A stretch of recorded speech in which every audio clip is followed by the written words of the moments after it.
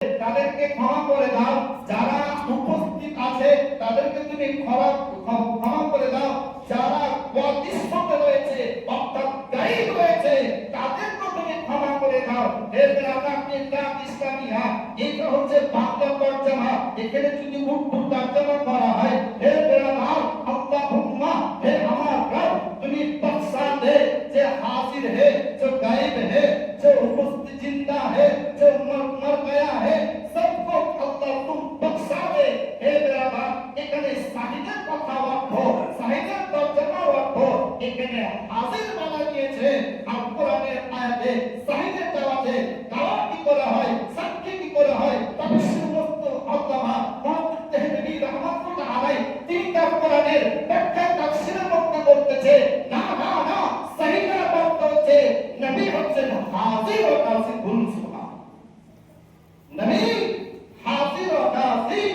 হে মেরা আল্লাহ ইসলামিয়া সারা বিশ্বের মধ্যে ভারতবর্ষে পৃথিবীর জমিনে চাहे যে পুরো দেশ করছে দেখুন না কেন প্রত্যেক দেশে মুসলমান আছে, মুসলমান আছে মানে তার মৃত্যু আছে, মৃত্যু আছে মানে তার কবর আছে, কবর আছে মানে তার জানাজা নামাজ আছে। হে বেরাদার আমি আপনি প্রত্যেকেই জানি মৃত্যুর ব্যক্তির কবরের মধ্যে তিনটি সওয়াল করা হয়। প্রত্যেকটি আখিরি সওয়ালে বলা হয় হুয়াল তাসি হাযা রাসূল ইসমু মুহাম্মদ সাল্লাল্লাহু আলাইহি ওয়াসাল্লাম। এই মুহাম্মদ সম্পর্কে তোমার কি ধারণা? হে বেরাদার একটু বেরেকে জিজ্ঞাসা করুন, আপনি নিজেকে প্রশ্ন করুন, মানুষ দিনে কতজন করে, দিনে কতজন ইন্তেকাল করে, রাতে কতজন ইন্তেকাল করে? আমি 3 নম্বর কথা আমি ছেড়ে দিলাম, আমি জিজ্ঞাসা করতে চাই ঘন্টাতে পৃথিবীর জমিনে সারা ওয়ার্ল্ডের মধ্যে কত মনিব মুসলমান এই বিশ্ববাসী এই পৃথিবীর জমিন ছেড়ে কবরে যায়? তাহলে নবী আমার প্রত্যেকটি কবরে উপস্থিতি করো, প্রত্যেকটি কবরে কি করে হাজির হয়? হে বেরাদার নিল্লাহ ইসলামিয়া চাहे জয়রামপুরের সাবজাগরে যদি কোনো মানুষ যদি মারা যায় সেখানে নবী উপস্থিত, আজকে যদি ইরাকে কোনো মানুষ মারা যায় সেখানে নবী উপস্থিত, একই সময় একই টাইম একই সেকেন্ডে নবী আমার প্রত্যেক জায়গাতে হাজির। আল্লাহু আকবার আল্লাহু আকবার।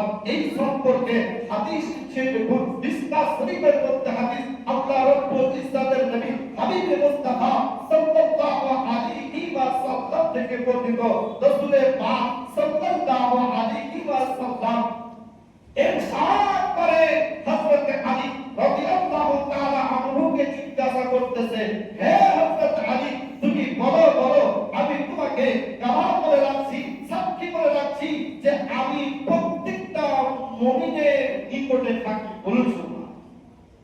আমি প্রত্যেক মুমিনের নিকটে থাকি, করিবে থাকি। হে মেরা বাপ মুমিনের কথা উল্লেখ করেছেন আল্লাহ রাসূল সাল্লাল্লাহু আলাইহি ওয়াসাল্লাম প্রত্যেকটি মুমিনের কাছে নবী আমার উপস্থিত থাকে, হাজির থাকে, সব উপস্থিত থাকে। তাই আমরা নবীকে চোখে দেখেছি, নবীর কথা কোরআনে পেয়েছি, নবীর চোখে দৃষ্টিতে দেখেনি, নবীর কথা হাদিসে পেয়েছি। তাই আমাদের মধ্যে নবীকে সুবহানাল্লাহ কোরআন হাদিসের মধ্যে জানার পরে সেই নবীকে হাজির নাজির মনে করে নবী মুস্তাফার উপরে দরুদ ও সালাম পাঠ করে, নবী মুস্তাফার উপরে কিয়াম সালাত ও সালাম পাঠ করা হয়, নবী মুস্তাফার উপরে দাকে সালাম। কেন? আমরা জানি নবী হচ্ছেন হাজির, নবী হচ্ছেন উপস্থিত। যে আমার আপনার প্রত্যেকে যে আমরা মসজিদে বসে যদি আমরা নবীর পাকের উপরে দরুদ পাঠ করি, সেই দরুদের নজরানা নবী শুনতে পান, দেখতে পান, পড়নে वाला না চিনতে পান। হে মুসলমান, তাহলে নবী বলছে আমি মুমিনের জানের চাইতে নিকটে। হে মুসলমান আমি আপনি কিন্তু মুমিন নয়। মুমিন শব্দ এটা কোনো ছোট বড় শব্দ নয়। মুমিন হওয়া সাধারণ ব্যক্তিদের মধ্যে নয়। মুমিন সেই ব্যক্তি হয় যার ভিতরে কোনো হিংসা থাকে না। ব্যক্তি যার মধ্যে ভিতরে কূটনীতি থাকে না, মুমিন তো ওই ব্যক্তি যার মধ্যে জেনার সাইজ থাকে না, মুমিন তো ওই ব্যক্তি যার ভিতরে সুবহানাল্লাহ জুয়া আস্তাতে বসে না, মুমিন তো ওই ব্যক্তি যে হারাম কাজে যুক্ত থাকে না। মুসলমান তাদের নবী তার নিকটে থাকে, নবী তার করিবে থাকে। হে বেরাদার ইসলাম ইসলামিয়া, হযরত আলী হচ্ছে দুই গওয়ার, আমি সব থেকে মুমিনদের নিকটে থাকি, মুমিনদের করিবে। আল্লাহু আকবার।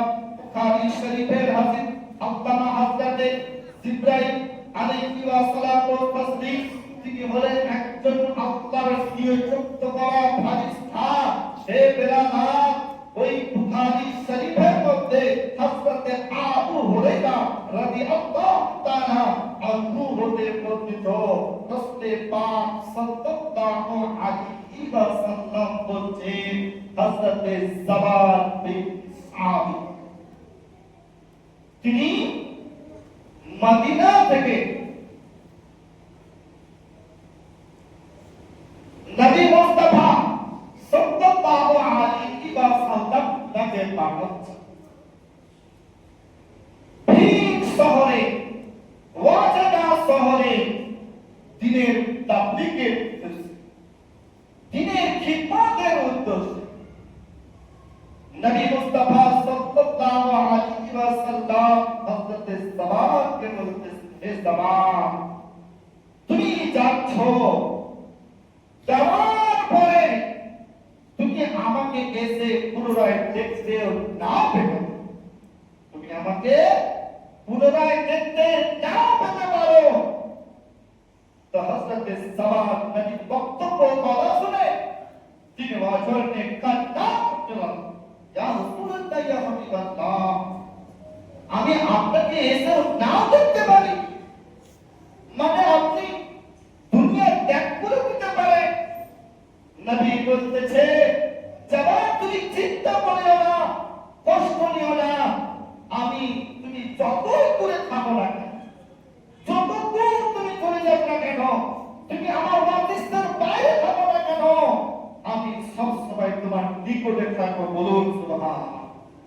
সব সময় তোমার করিব থাকবো।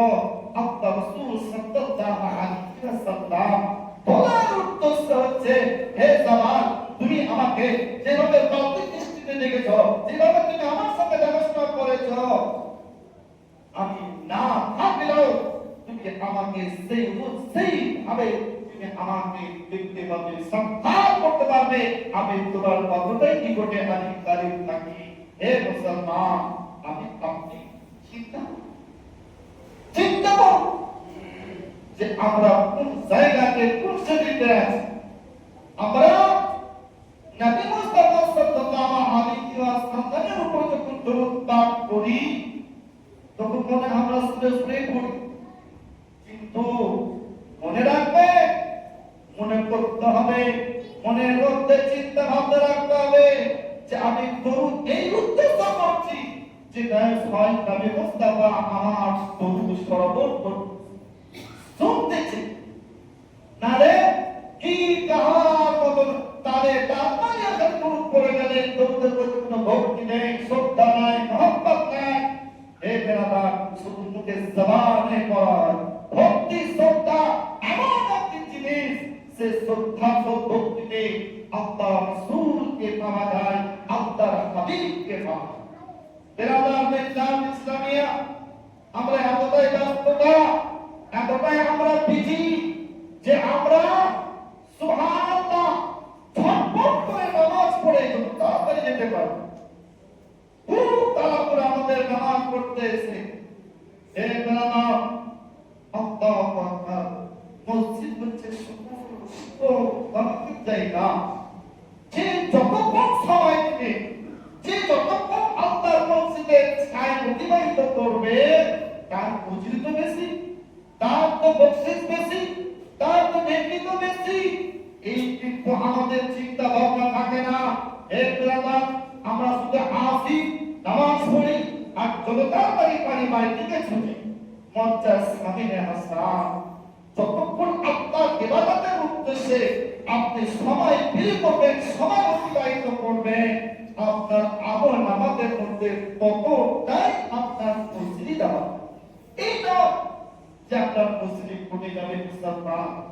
আমাদের প্রত্যেকটি কাজ, প্রত্যেকটি আল্লাহ খালি মুস্তাফা সাল্লাল্লাহু আলাইহি ওয়াসাল্লামের উপরে মহব্বত লেগে করতে। এই নয় মনে করছে বলে আমিও করছি, ও শুনতে তো আমিও শুনছি, না না, শোনা আর দেখার মধ্যে পার্থক্য। আপনি কখন শুনবেন যখন সে শোনার মধ্যে আপনার কোনো কমি রয়েছে, আপনি সেই বিষয়ে জ্ঞান নেই, সেই বিষয়ে আপনি বিলিভ নাই, আপনি শুনলেন খুব ভালো কথা, কিন্তু শোনার পরে আপনাকে ভক্তি, শ্রদ্ধা, সম্মানের সহিত, আদবের সহিত আপনাকে কিন্তু আমল করতে হবে।